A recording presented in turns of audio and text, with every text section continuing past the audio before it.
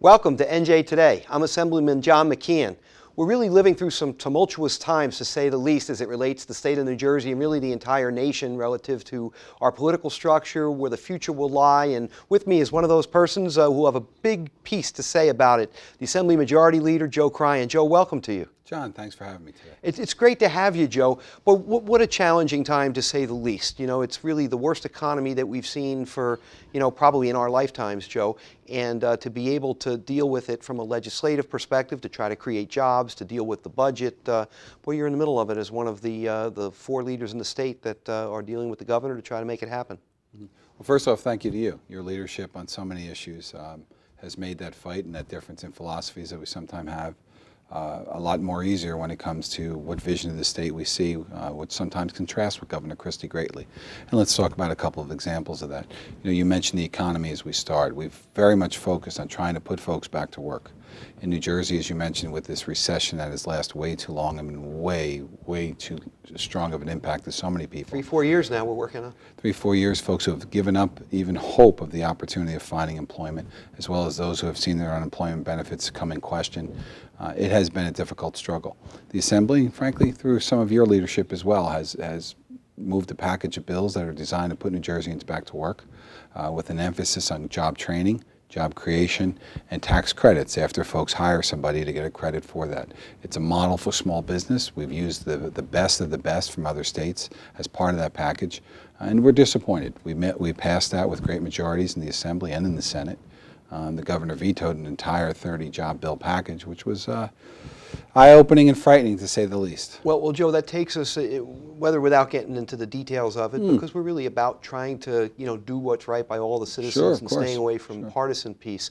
That leads us into budget season now. What kind of priorities have you set, and where do you think we should go as we wind down, rather right to July 1st? Well, and we will count down, I think, right to July 1st as we go, because our emphasis on priorities is important. The local property taxpayer is our primary concern in terms of the Assembly majority, as well as I know the Senate majority as well. So making sure that we have the opportunity to provide more dollars in terms of state aid, the opportunity for quality education for folks, the opportunity to make sure that other areas such as medical care, hospitals are preserved for people is going to be an important part of our debate, as well as the part that we opened up with, this opportunity for job creation for New Jerseyans. Let me switch a little bit just to business, Joe. We're here in the Seton Hall University studios, and I have to say a lot of the crew was disappointed it wasn't your brother coming.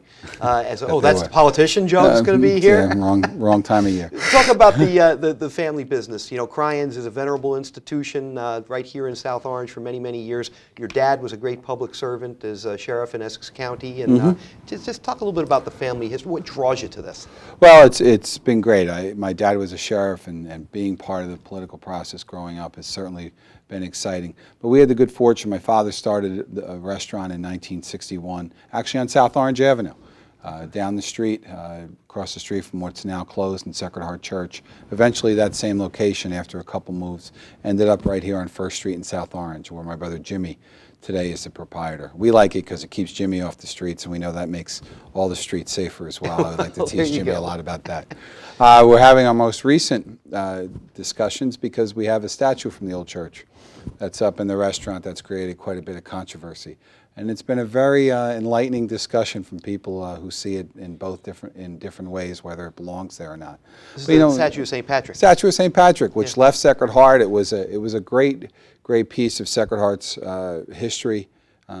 My family was in Sacred Heart our entire lives, and they offered it to my brother, so he took it. It's in the restaurant part of the facility. And people come in and see it. I am absolutely shocked as to how many folks come in and say. And remember. And they take a look. And what happens is it spurs those conversations, John, that people have. And it doesn't matter whether you're Irish or any other ethnic. You translate back to your roots and what that means. And we've seen families unite literally to come by and say hello. Families who had a history, whether it's in that part of Newark or whether it's in South Orange. So it's been an enlightening experience. Well, starting with your dad as the patriarch, the Cryan Association has long been, an Irish-American service organization, and whether it's beyond marching in parades and all, you do a lot for local charity. Sure, we have an annual event every year, last Saturday in January. It's our 52nd year consecutive, and we're proud of that. My dad started it. And in the 40th year, he turned it over to me as a standard bearer. We raise money. We simply participate in two activities: Irish activities in terms of parade and supporting our heritage, and local charities, people in need. And unfortunately, John, the demand far exceeds the resources that we have. We try to help wherever we can.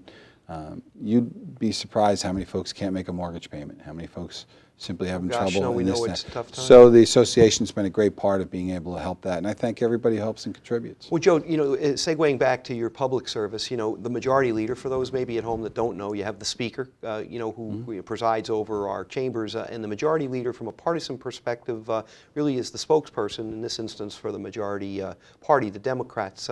How is that challenge? There are, whatever, 46 Democrats. It's hard to speak with one voice, if you will, related to our regional differences and our feelings and priorities. How do you do it?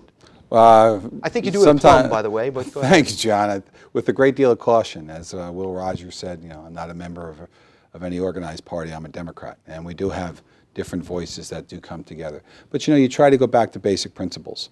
Fighting for the working person, trying to make sure job opportunity is there, making sure that the voice of those who need a voice, that aren't able to speak up for themselves, are there. Those are democratic principles, and we try to fight for those and have our voice heard loudly. It's not too partisan to say that the governor's been very effective in terms of getting his message out.